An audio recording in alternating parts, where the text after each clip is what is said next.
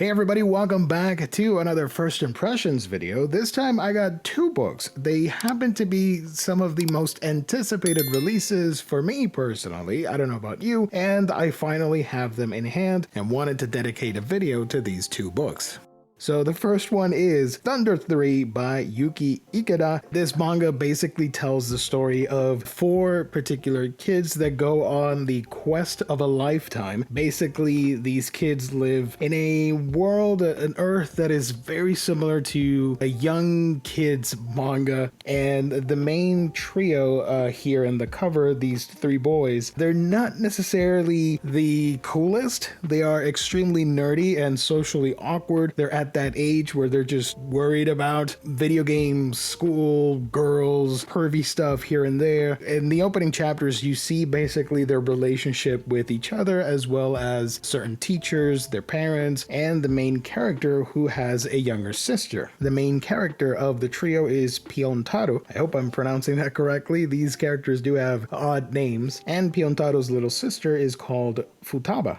Futaba is obsessed with her older brother and will do anything for him. So fast forward a little bit after you get some of the dynamics between these characters. Tsubame, Hiroshi, and Piontaro, the three of them have a friendly relationship with one of their teachers who is a bit of an oddball. He's into the whole metaphysical, science-y, like parallel worlds and all that stuff, hypothetical science or whatever. And the teacher finds this disc. I think he paid like $600 for it, which is a lot considering it's only a disc, but it holds the key to the multiverse, so I guess it's not a bad price. He finds this disc and tells the boys that it is supposed to be a gateway into a parallel reality, and they don't know what they can do to play it, like a DVD player or whatnot, and they suggest putting it in their PlayStation 5, which is pretty fun. There are references to modern stuff with technology that I found pretty amusing and made it a little bit relevant. So the boys end up taking the disc, the teacher lets them use it, and they pop it in the PlayStation.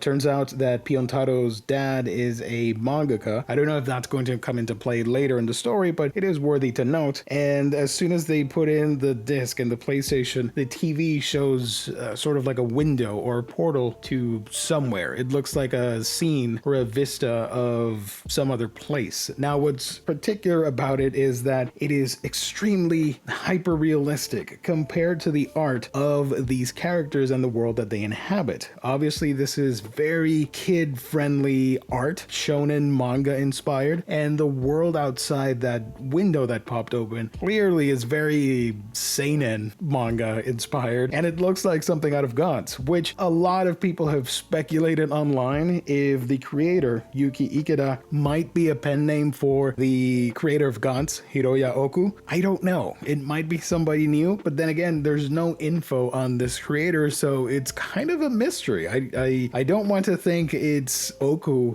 flexing his muscles. I'd like to think it's somebody new, maybe that worked as an assistant or is paying tribute to Oku with the work that Oku did in Gantz, because it's very similar to that. But anyways, the boys leave the room for a minute and Futaba is by herself and looks at the window. Intrigued, she realizes that she can stick her hand in there and it's literally like a window. So she climbs through the TV and ends up in this other world. In that world, everything is super realistic. It is an alternate Earth. And when the people there spot Futaba, they are intrigued and laughing it up because of her character design. Seeing these characters in that world, obviously they stand out. It'd be like if a comic strip character suddenly came to life and he would remain in that style, you would find it funny and peculiar. So they think, oh, this is like an anime character or a manga character. Oh my gosh. And they're all laughing and taking pictures. But the big secret of this world is that this alternate Earth has come in contact with aliens and they're up in the sky and coming down, interacting with people. We don't really know the relationship relationship, or the true nature, I should say, of the aliens, if they're truly hostile. They say they aren't, but I'm pretty sure that's going to be one of the plot points of the manga going forward, that they're not here for the best intentions. The aliens consider Futaba a threat and they want to capture her. They do, and she is hysterical and crying, asking for her brother. The boys find out what's happened and they assume, like, oh, this window on the TV, it leads into another world. She might have gone in there. Let's go in. So they go in and find out that she has been kidnapped. And one of the most unexpected things is the fact that the main trio discover that on an atomical level, them being in this world, they don't mix, they don't match with the composition of this earth. So they start to develop or exhibit abilities of their own. They might be super strong, fast. They might jump really high, and it might seem like they're flying because they're defying the laws or physics of this earth. I don't know. I'm not a pseudoscientist. I can't explain this stuff. So basically, they're developing superpowers, and I'm pretty sure that's going to come in handy when they fight aliens and all the different bad guys. The most interesting aspect here is definitely the visuals. Seeing the interaction between the kid-style friendly manga characters with the super serious, dark, gritty, and nasty-looking aliens, and just that world around them is visually striking and makes for a very compelling read. The pacing is extremely fast. This is mostly an action series. There's not a lot of complicated dialogue or anything. You just whisked off into this adventure with these boys trying to rescue Piontaro's sister. And of course, the whole aspect of the aliens, are they going to be bad guys? Are they going to be good? We do get hints of that throughout the chapters that they appear. So yeah, looking forward to volume 2 to continue the mystery of Thunder 3 and seeing if we have more badass action scenes. If you're into superhero comics, action, sci-fi, and just weird and wacky stuff, you're gonna be right at home with Thunder 3. This was one of my favorite reads of the year. I love this kind of stuff. The next one is Colette Decides to Die. This modern shoujo classic is finally out. A lot of people were super excited for this one. I was sold since it was first recommended to me by my friend Colleen from Colleen Manga Rex. They told me all about it the moment we met. A solid recommendation, and I thought, man, if they ever license that in English, I want to read it. And thankfully I didn't have to wait too long. Hardcore fans had to wait longer, but here we are with the first volume. It's an omnibus style release, 2-in-1s, and I really enjoyed this. It's a lot of fun. It is sincere, wholesome, and quite beautiful. There are a lot of universal themes here that could appeal to every reader out there if you give this book a chance. I assume this is set in an alternate Earth or a version of Earth in the past.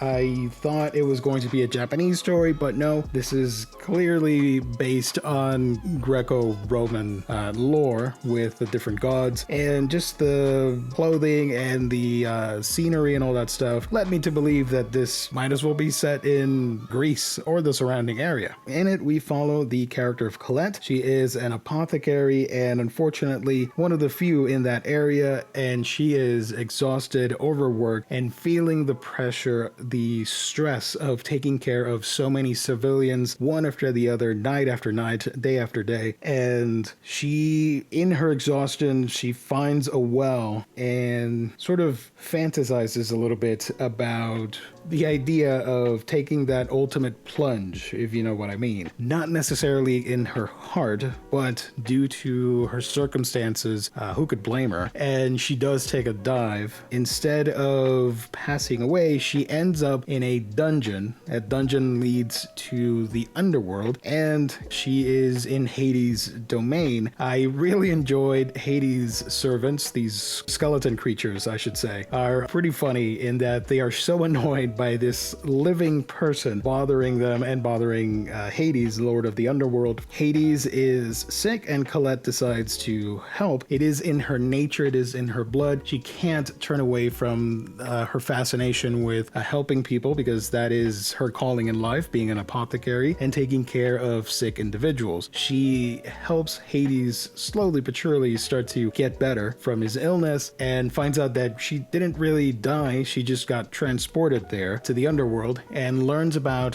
Hades and what he does over there, judging people, sending them to heaven or the eternal torture of being locked away in the dungeons of the underworld. As the two characters mingle, Hades sort of reinvigorates Colette's desire to help people, and since technically she hasn't died, she gets a second chance, and Hades sends her back to the world of the living with the renewed interest of helping others, finding a goal, finding a purpose in life. And these are things that I could relate to, and I'm pretty sure you can as well to some degree. Sometimes in life we do feel that burnout, but it is our conviction and our desire to live and do what we love to do, our passions, our hobbies and stuff like that, or in the case of others, their work, and all that stuff just fuels our desire to keep going and give it our all, so that when we do have to answer that final call, we'll be ready and satisfied that we've tried our best and we did the best that we could do, right? And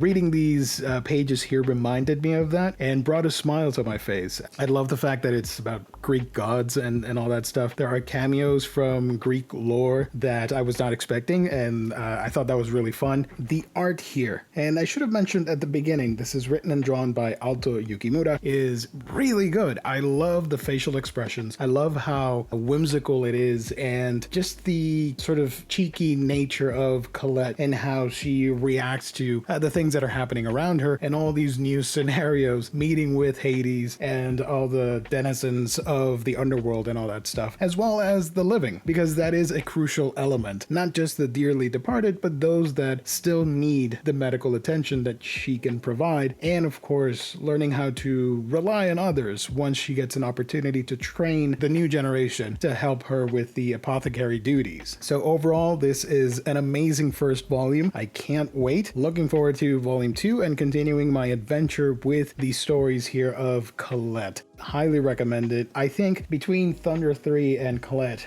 these are easily one of the best released manga of 2024 in my humble opinion.